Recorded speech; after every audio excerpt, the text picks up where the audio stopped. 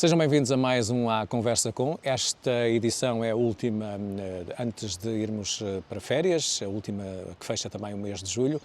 E nestas edições tenho trazido gente que vale a pena conhecer, gente, como eu costumo dizer, que não navega à vista, porque sobre esses já sabemos quase tudo e vai-se repetindo quando os convidamos.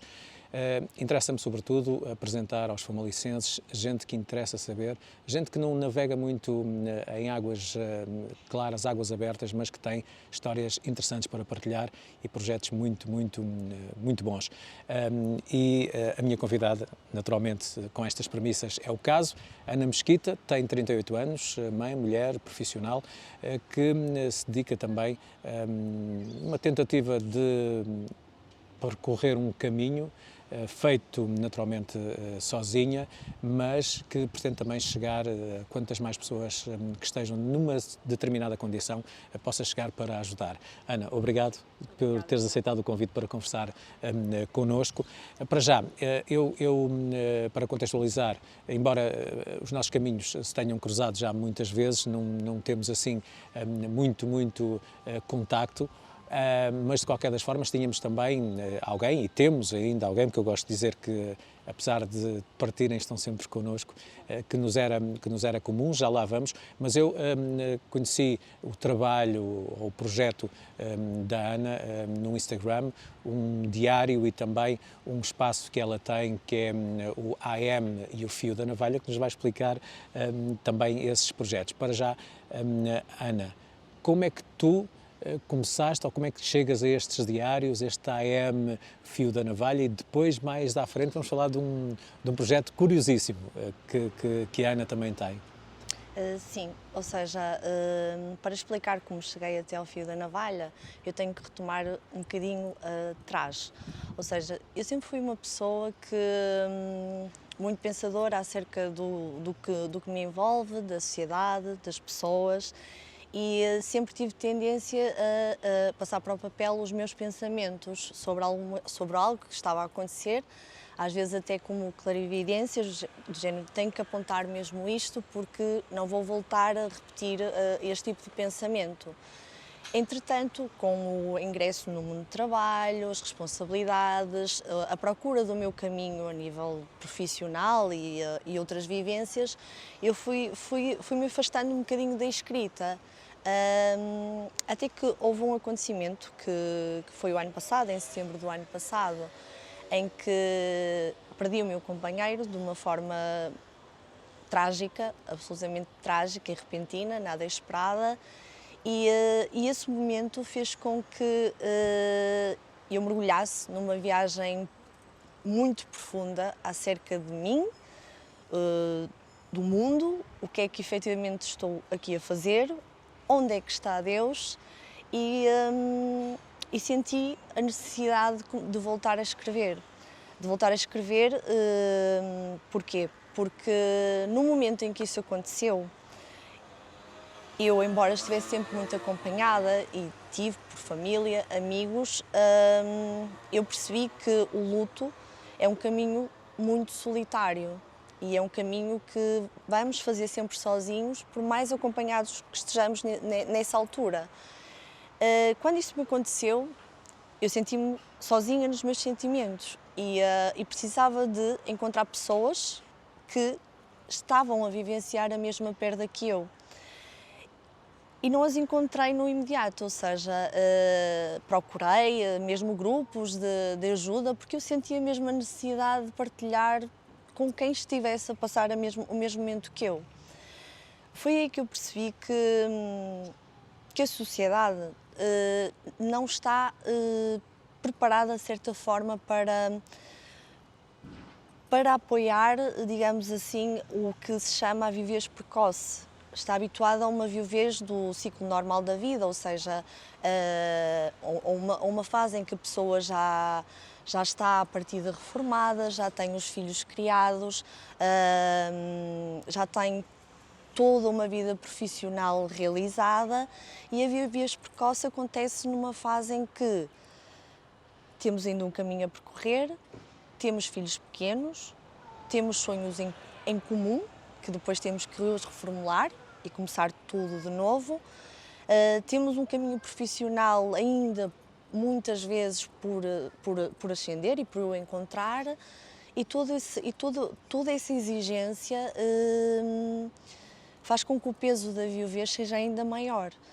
E foi no sentido de encontrar-me nessa fase da minha vida e de não ter encontrado realmente o apoio, pelo contrário, a sociedade, sobretudo a sociedade burocrática, o Estado, ainda complica mais a nossa situação, porque compartimenta, ou seja, tudo aquilo que temos pendente para resolver na nossa vida.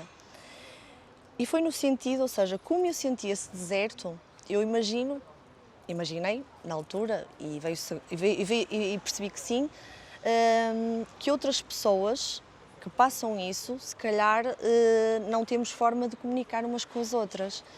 E então o Fio da Navalha nasceu assim, ou seja, foi de uma forma de escrever aquilo que sentia, poder partilhar e fazer chegar a quem se calhar sentia o mesmo que eu.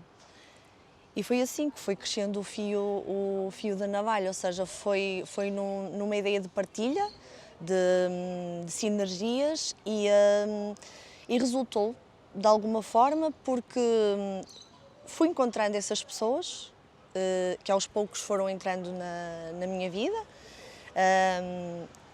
curiosamente, sobretudo mulheres e outras pessoas, porque eu no Fio da Navalha não falo só do luto nem da perda, eu falo também de temas que são, para mim, os temas que mais me incomodam e que mais me fazem pensar, que é o amor, ok, a morte também, Deus, o feminismo e as relações humanas e o impacto que elas têm para nós.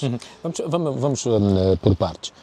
Tu, e tive a oportunidade de ver esse em que tu fazes essa questão, colocas essas questões que vais deixando também no ar, que é esse chamamento para a religião. Tu vais falando sobre Deus, muitos de nós vamos também referenciando algo que existe naturalmente, não damos o nome de Deus, mas é algo que existe e que nos liga quase como um fio condutor, que às vezes também me leva a questionar se esse próprio Deus não seremos todos, a união de todos nós, embora encontremos desunião, mas faz parte, o equilíbrio, o balanço, que a humanidade vive nesta coisa que é a diferença de opiniões, os desencontros, ou seja, vai tudo balançando.